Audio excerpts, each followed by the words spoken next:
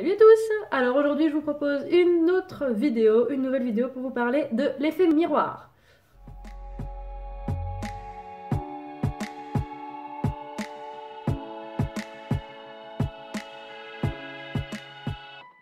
Déjà, qu'est-ce que c'est que l'effet miroir?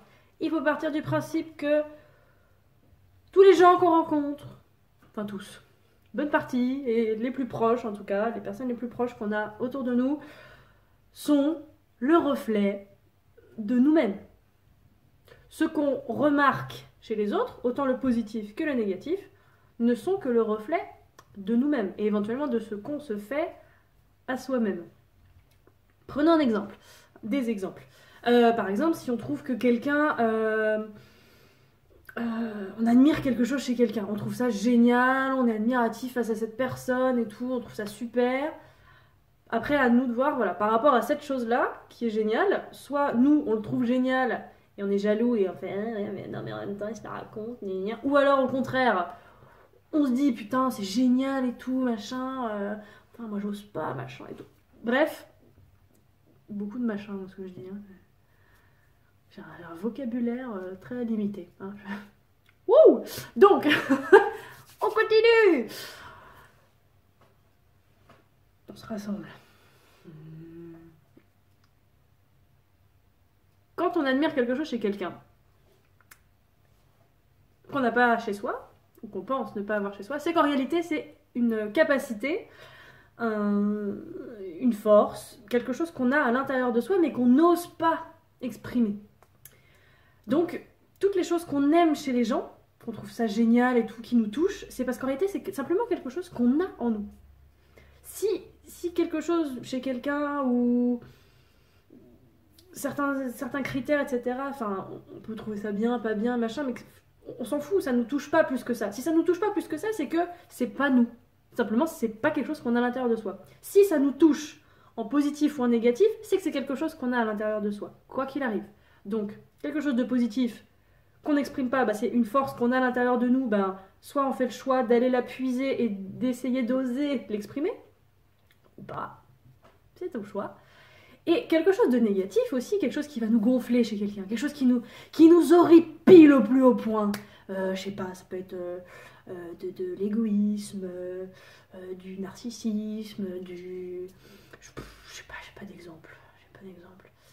De l'orgueil, enfin, quelles que soient les belles choses crasseuses hein, qu'on peut voir chez les autres et qui nous agacent, si ça nous agace, vraiment, qu'on sent que ça nous triture de l'intérieur, surprise, c'est que c'est quelque chose qu'on a à l'intérieur de nous et qui font partie de nos petites ombres qu'il faut aller potentiellement gratouiller à la pelle, hop hop hop, on va gratouiller tout ça, et aller oser regarder ça. Et c'est là que ça peut faire, là c'est un petit peu plus compliqué. Souvent pour tout ce qui est négatif, c'est un peu plus difficile à avaler, à encaisser. Je l'admets. Mais en même temps, c'est vrai. On est tous faits de choses lumineuses et d'une partie sombre. Et les deux vont ensemble. La lumière et l'ombre n'existent pas l'un sans l'autre. Et on est fait des deux. Et ce qui est important, c'est d'accepter effectivement qu'on est ces deux-là. Et plus on accepte notre partie également sombre et pas jojo, plus moins elle prend de place en fait. Plus nous on l'accepte chez nous, et ben finalement on va se rendre compte aussi finalement qu'avec l'extérieur, ben une personne qui va de nouveau réagir comme ça nous aurait gonflé il y a quelque temps, ben là finalement on va l'accepter.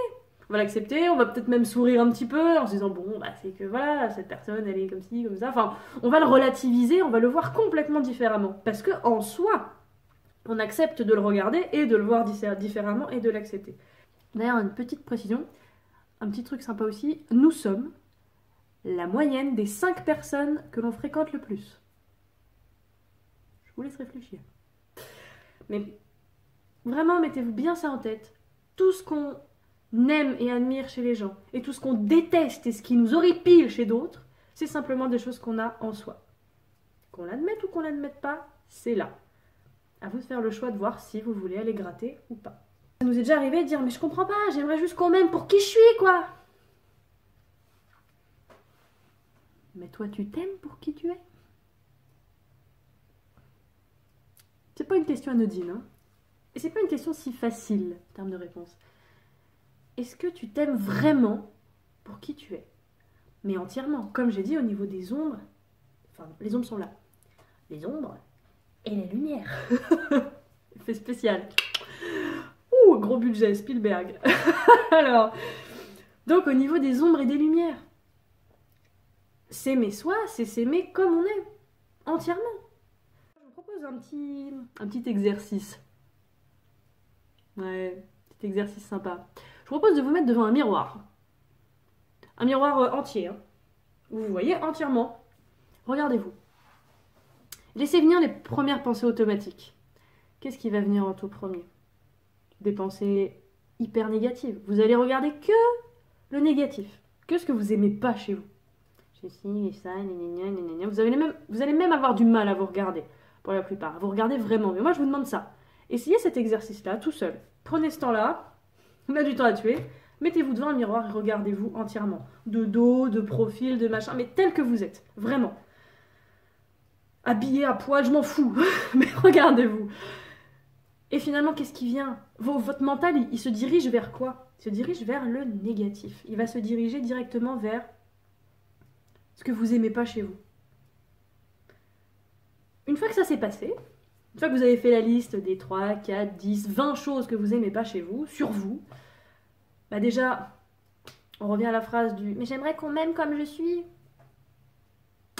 Ok, bah regarde-toi comment toi, tu t'auto-juges, comment tu te déprécies toi-même face à ton propre reflet. Comment tu veux que quelqu'un t'aime comme tu es si toi tu t'aimes pas comme toi tu es?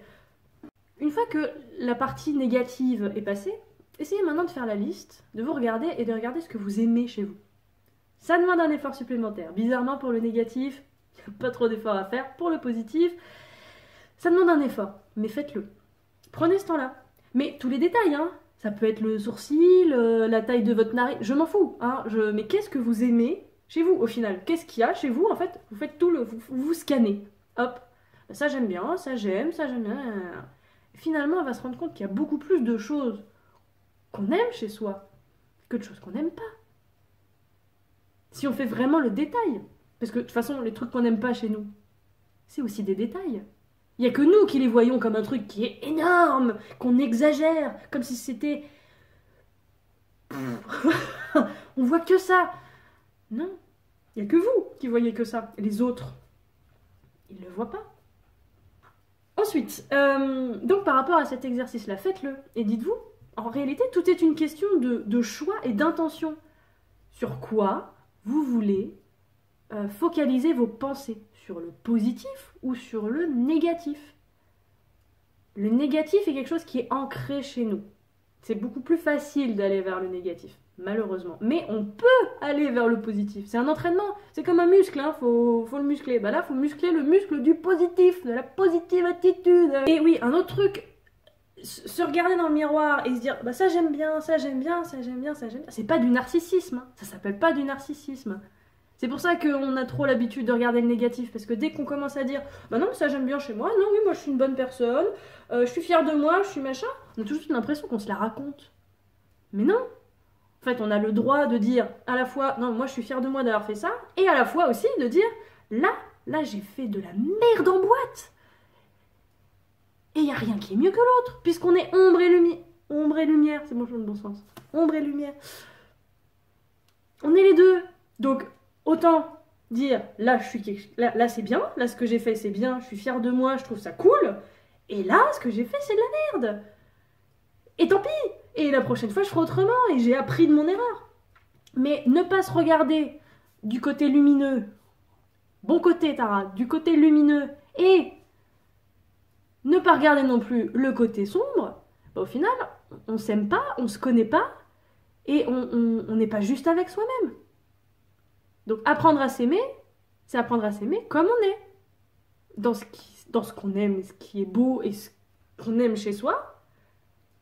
Et dans ce qui est un peu moins beau, ce qui est plus moche, mais en même temps, c'est pas grave, ça fait partie de nous et tant pis. Et tout le monde est comme ça. De relativiser en se disant que personne n'est parfait, tout le monde est comme ça. Donc voilà, je vous invite vraiment à faire cet exercice-là qui peut être vachement sympa. Je voulais vous proposer un deuxième exercice. Alors, je vous propose de... Vous prenez votre main, gauche, droite, on s'en fout. Hein. Vous la regardez, vous la bougez, voilà, vous prenez le temps, sur 2-3 minutes, de regarder votre main. Et ensuite, vous fermez les yeux et vous mettez vos deux mains l'une à côté de l'autre.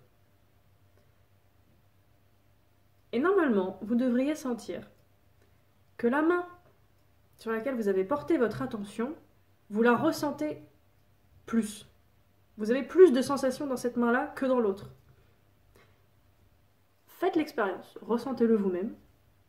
C'est juste pour mettre en évidence le fait que la seule chose qui est importante, c'est là où vous posez votre intention et votre attention.